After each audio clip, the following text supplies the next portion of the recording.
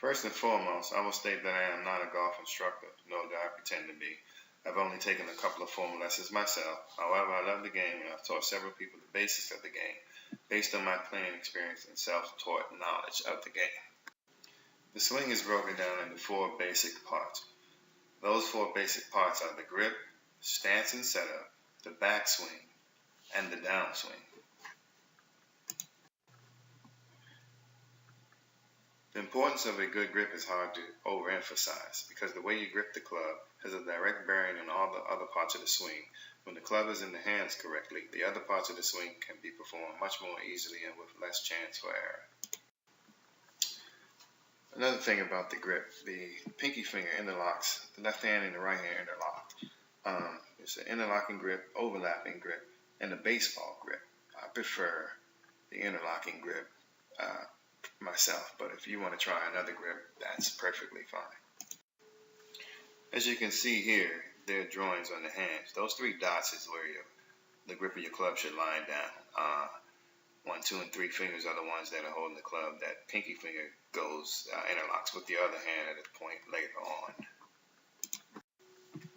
Setup and stance are very important. I mean, the way you line up on your ball will determine where your ball goes.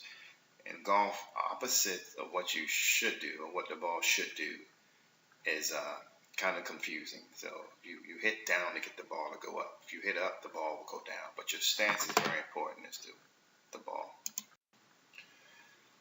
Again, on your setup and stance, the driver, your ball is a little more forward. With the middle iron, your ball is a little closer to the center. And with the short iron, your hands are more ahead of the ball, and the ball is more center of your chest.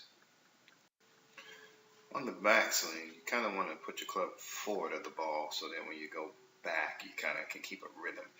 And then you see where the wrist cocks in the middle, and then you just turn your body kind of like a corkscrew to bring it back so you can set up for the downswing and the power that comes with it. The backswing should be taken back on a very steady and smooth pattern. I like to go from a count of 1, 2, I'm in the cock mode, 3, I'm starting my downswing. But that backswing should be very slow and deliberate. And on your backswing, you want to keep your head steady in a steady position. If you move your head away from the ball, you're going to come back and all kind of disastrous things are going to happen. So you want to keep your head and your eyes located on a particular spot on the ball as you're going through your backswing. On your downswing, you want to move the left leg forward and to start the swing, and then everything follows. It's kind of hard to do, but with practice you can get it. But when you're going at the ball, don't hit the ball. You need to power through the ball. Here's a sequence of how the backswing should look. And it might be Bobby Jones, but if you can master that movement and get that swing in those positions, notice the head is in the staying position in the 3 middle images. If you can master that, you're on your way. And the follow through, that's where your power comes from. As you're turning towards the target, that club head is coming down super fast. And when you make contact with the ball, as you can see, his head is down, his eyes are still on that ball. He doesn't look up until his belt buckle is towards the target. Most pros, and I probably don't do this half the time, at the top of their backswing have a slight pause. And when I think about it and I pause, good things happen. So when you're learning the game, think about that pause at the top of your backswing. Tempo is another thing. As you can see here, 1, 2, 3. And when I first started playing, that's how I counted.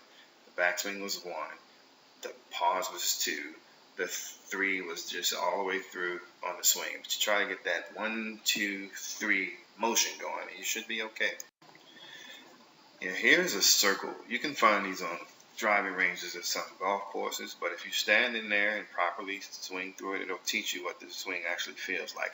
So if you find one of those, I would recommend you use it just to feel what the swing is like. Keep the club on the apparatus all the way through the swing, and that's exactly how a swing should feel. In conclusion, the grip is very important. Take this diagram if you're watching this and use it and learn from it. Get your grip correct. That grip is very, very important. Plus, you don't want the club flying out of your hands into the gallery at some tournament. Proper address and setup over the ball. Again, leaning away from the ball is wrong. Leaning too far forward is wrong. But you see in the middle, he's got the ball center of his chest. He looks well balanced in a sort of a baseball athletic position. And it looks like if he turns correctly, he's going to hit that ball very well. On the backswing, here's a good illustration of a guy that's on plane with his backswing. You see his club is on that line, and that line represents that circle we saw a few slides ago, is where your club would be in a proper swing.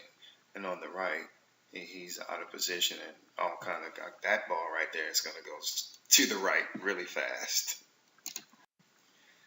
And on your downswing should start with the lower body, your hips clear, and your arms swing down and through the target. Keep turning your body until the front of the body is facing the target and the weight is off the right side and all on the left side. Again, maintain good balance and footwork throughout the swing and swing the club freely.